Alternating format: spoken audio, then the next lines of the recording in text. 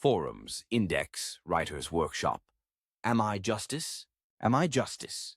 I'm Alec, a 23-year-old car crash victim and medical school graduate whose only interest is making the earth cleaner. Not in the traditional sense, though. I throw away the rotten humans on this earth who make it filthy. No one knows of this aside from the trash I've already taken care of, as society would rule me evil for the things I've done. How did I get to this point? Well, let me tell you, it all began on the day my family was betrayed by everyone. It was 5 years ago on Christmas. I was visiting my parents, and we decided to pay my uncle a visit. My mother, father, older brother, and younger sister were all crammed in my mother's small car, going to see my father's side of the family. It was a quick car ride. We were almost at our destination before our mother, who was driving, let a semi-truck full of metal poles in front of our car. She then proceeded to joke about the possibility of us all dying, like in the Final Destination movies. My younger sister shouted at her, saying she's going to jinx us all. It was then we heard a loud crashing noise from the truck before they slammed on the brakes, leaving us to crash into the back of the giant truck. Metal poles crashes through the windshield, impaling both my parents through the chest. The same poles that killed my parents stabbed through the car seats and eventually into my siblings. But one lone pole stabbed right through my head, permanently changing the world for me. The truck then took off, never for anyone to catch them. Someone else using the road called the ambulance, but the only one able to be saved was me. Why me? I had to spend a long 8 months in the hospital as they tried to repair all the damage done to my brain. I spent all the time I was awake wondering whatever happened to the truck driver, what I would do to him, how he would wish he never even learnt to drive. And during that stay, I realized the suffering that all families must go through when a killer isn't caught. As soon as I was released, I began my hunt. I heard of a corpse that was found recently, a young girl tortured before being shot and left by the train tracks close to my house. I searched and searched around the area where the body was found until I was certain I found the killer. I lured him into a lonely alley with a wallet I placed on the floor. While he was crouched picking the wallet up, I hit him over the back with a crowbar, knocking him down before I knocked him out by kicking his head. I carried his limp body to my house and into my basement and bound him to a metal chair. I get my tools ready as he wakes up.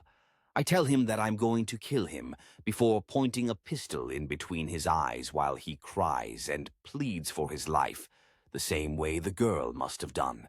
It was then I lowered the gun, deciding I should use all the same torture methods to this man. I leave him in the basement as I go out to the nearby hardware store to buy more tools. When I return, the man seems to have given up trying to scream, so to remind him of the terror he has to experience, I heat up the metal chair he's in with a blowtorch, cooking his flesh slowly. I then broke all his toes and fingers with a pair of pliers and repeatedly stomped on them, worsening the pain. I degloved parts of his body and poured salt and lemon juice onto him. I then unbound him from the chair to see him try to escape. He slowly got up as pieces of his skin peeled off onto the chair, and he fell down again and again due to his bloody and broken feet. This was the most pathetic thing I had ever seen, so with a bit of pity for the monster, I decided to shoot him in the back of his head. To dispose of his sad corpse, I left him on the same train tracks where he left the girl's body just a week prior. I watched through the bush as his body is quickly obliterated and turned to a bloody mist. This was the beginning of my path as a hero. 4 months later, I disposed of 9 more pieces of filth in various ways, and 12 months after that, I lost count. I continued on getting rid of these monsters, making them suffer as much as possible. After 3 years, I decided to find the one who killed my family, who did nothing wrong. I bought a metal pole and sharpened it around the edges. I staked out the side of the road, hoping that he still wasted his life riding around in a machine of death, and then I saw a familiar sight, the same truck from 4 years ago. I quickly pull out my pistol, which I used to kill my first prey. The truck tried to turn and barrel rolled a few times. I rushed over and took his unconscious body from the wreck and used my medical knowledge to try and resuscitate him and bring him to my basement room. It was here I stabbed him once each day and made the wounds worse and worse every day. And I interrogated him, asking if he's ever killed 4 people in a car and took off and got away with it. I constantly interrogated him until now, the present.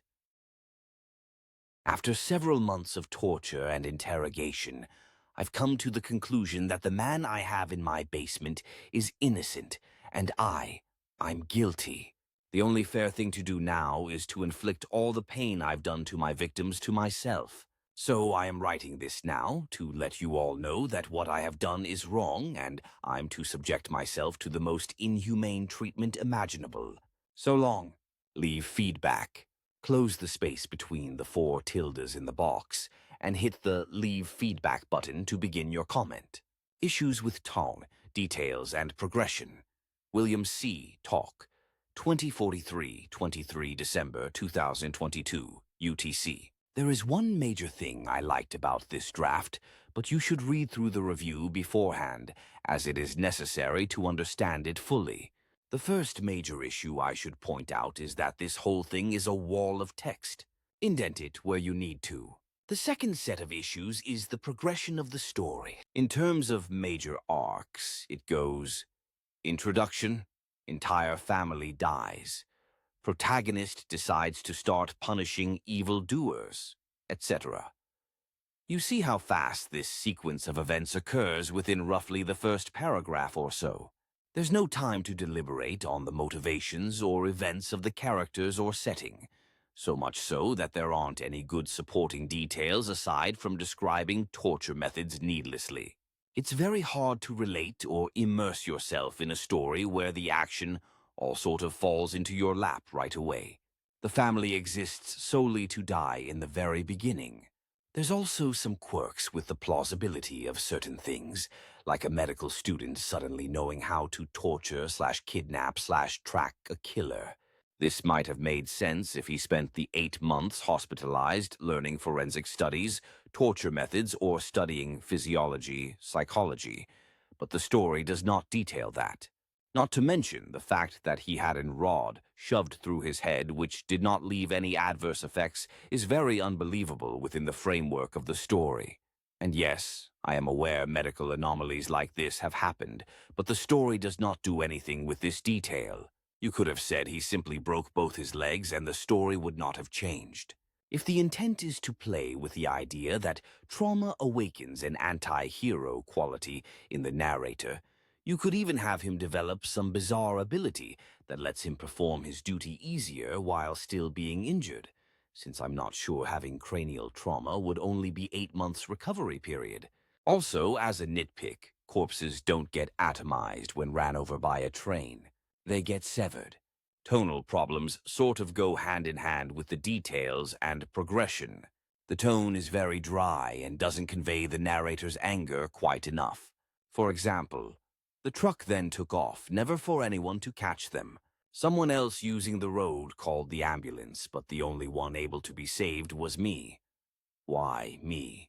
Full stop. It is a neutral statement with no emotion to it. Try actually putting yourself in the shoes of someone whose family was murdered, and linger on it rather than skipping to the revenge fantasy. Feel their pain. Imagine you're the one immobilized for almost a year. Same with this. This was the most pathetic thing I had ever seen, so, with a bit of pity for the monster, I decided to shoot him in the back of his head. As for the concept, here is what I particularly thought was good. The concept of flipping guilt and vengeance on its head at the end was well done. In conjunction with the title being a play on I Am Justice, it helps sell the idea the protagonist doubts his own actions, although more emphasis on the doubt portion is needed as per tone. I'm not sure why the narrator would wait 3 whole years to find his original criminal if he so desperately hated them, but having the truck driver be innocent is a neat twist, and you can use that to better exploit his intention to end himself to justify his own twisted sense of morality. So to summarize, here's a grid for improving the flow. Focus less on the gory details, more on the raw emotions and processes of the narrator. Characterize the characters more. They shouldn't be blank faces with titles attached to them.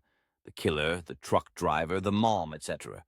Take your time reaching the climax and horror of the story. Rushing to go kill off a characters makes the horror and trauma less savory. Don't bite down immediately. Savor it like you would chocolate. Good luck.